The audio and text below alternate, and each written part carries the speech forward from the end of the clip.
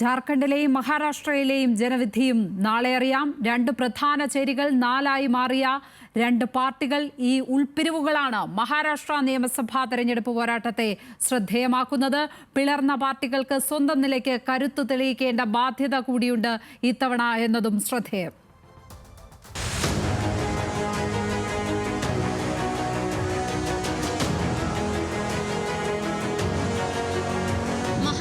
നിയമസഭയുടെ ചരിത്രത്തിലെ തന്നെ ഏറ്റവും വാശിയേറിയ തിരഞ്ഞെടുപ്പായിരുന്നു ഇത്തവണ. മത്സരം രണ്ട് മുന്നണികൾ തമ്മിലാണെങ്കിലും രണ്ടായി പിളർന്ന ശിവസേനകളും എൻസിപികളും പരസ്പരം ഏറ്റുമുട്ടി തീപാറിയ തിരഞ്ഞെടുപ്പ്. ബാൽ താക്കറെയുടെ ശിവസേനയിൽ നിന്ന് ബിജെപി ഏക്നാഥ് ഷിൻഡെ വിഭാഗത്തെ സൃഷ്ടിച്ചത് മുഖ്യമന്ത്രി പദം ഓഫർ ചെയ്താണ്. ഭൂരിപക്ഷം നേതാക്കളെയും കൂട്ടി ഷിൻഡെ ബിജെപിക്കൊപ്പം പോയതോടെ മഹാവികാസ് അഘാടി സർക്കാർ വീണു. സമാന രീതിയിൽ അജിത് പവാറിന് ഉപമുഖ്യമന്ത്രി പദം നൽകി മഹായുതിയിലേക്ക് എത്തിച്ച് എൻസിപിയെയും ബിജെപി പിളർത്തി.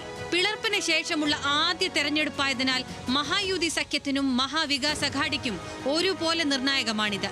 കഴിഞ്ഞ 3 പതിറ്റാണ്ടിനിടെയുള്ള മികച്ച പോളിംഗ് ആയിരുന്നു ഇത്തവണ. 65% മുകളിൽ. എക്സിറ്റ് പോളുകൾ മഹായുതിക്ക് പ്രതീക്ഷ കൂട്ടുന്നു. 76 സീറ്റുകളിലാണ് ബിജെപിയും കോൺഗ്രസും നേർക്കുനേർ പോരാടുന്നത്.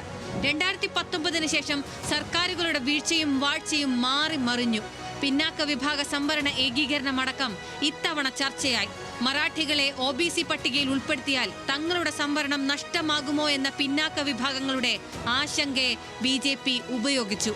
മഹാരാഷ്ട്ര രാഷ്ട്രീയ അധികാരത്തിലേക്കുള്ള കവാടമെന്ന് വിശേഷിപ്പിക്കുന്ന വിദർഭയിലെ കർഷക പ്രശ്നങ്ങളും ചർച്ച ചെയ്യപ്പെട്ടു. 288 അംഗ നിയമസഭയിൽ 62 സീറ്റുകളാണ് ഈ മേഖലയിലുള്ളത്. ബിജെപിക്കും എൻസിപിക്കും സ്വാധീനമുണ്ടിവിടെ. 2024 ലോക്സഭാ തിരഞ്ഞെടുപ്പിൽ 10ൽ 7 സീറ്റും മഹാവികാസ് അഘാടി നേടി. ബിജെപി മത്സരിക്കുന്ന 149 സീറ്റുകളിൽ 50 വിദർഭയിലാണ്. എൻസിപിക്കും ഇവിടെ ശക്തിയുണ്ട്. 40 കോൺഗ്രസ് സ്ഥാനാർത്ഥികളും ഇവിടെ ജനവിധി തേടുമ്പോൾ വിദർഭ നിർണായകമാകും എന്നുറപ്പാണ്. കർഷക പ്രശ്നങ്ങൾ മഹാരാഷ്ട്രയുടെ കിഴക്കൻ ജില്ലകളെ ദീർഘകാലമായി അലട്ടുന്ന പ്രശ്നമാണ്. യുവാക്കൾ, മുതിർന്ന പൗരന്മാർ, കർഷകർ എന്നിവർക്കായി പ്രത്യേക പദ്ധതികൾ പ്രഖ്യാപിച്ചതും എക്സിറ്റ് പോൾ പിന്തുണയും ബിജെപി സഖ്യത്തിന് പ്രതീക്ഷയാണ്. National desk, news Malayalam.